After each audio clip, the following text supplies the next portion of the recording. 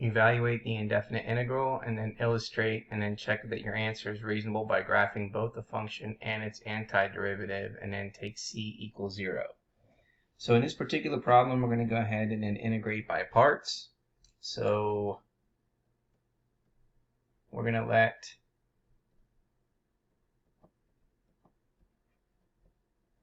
u equal the natural log of x, and then dv is going to equal x to the 3 over 2 dx. And so therefore du is going to equal 1 over x dx, and then the antiderivative of x to the 3/2 is going to be 2/5 x to the 5 over 2. So now let's go ahead and then use our formula for integration by parts. So we know it's u times v minus v du. We have 2/5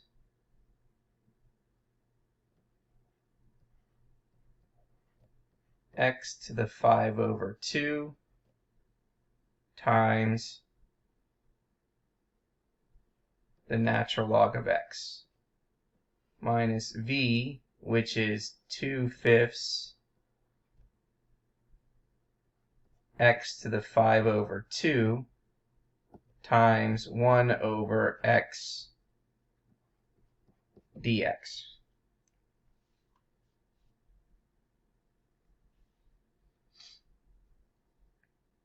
So let's go ahead and factor out the 2/5. So we have 2/5 x to the 5 over 2 times the natural log of x minus 2/5. Then over here we have x to the 5 over 2 divided by x, which is 2 over 2 as an exponent.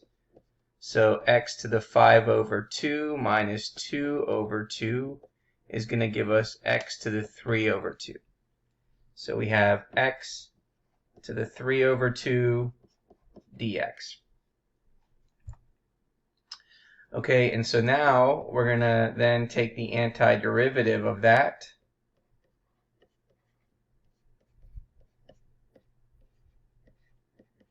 So we already found the antiderivative up here, which is going to be times 2/5 times x to the 5 over 2 plus c.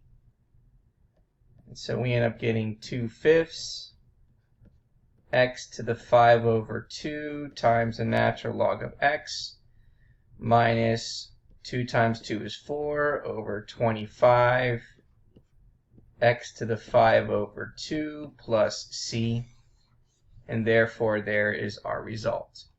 And so now we're going to graph this function, which is lowercase f, and then we're going to graph this function on the same graph, which is uppercase f. So therefore you can see what the graph looks like. Here is the first function, here is the second function, which is what we solved for. And we can see from the graph that this is reasonable, because since the antiderivative, in this case capital F, has a minimum, okay, where you can see here the function f changes from negative to positive.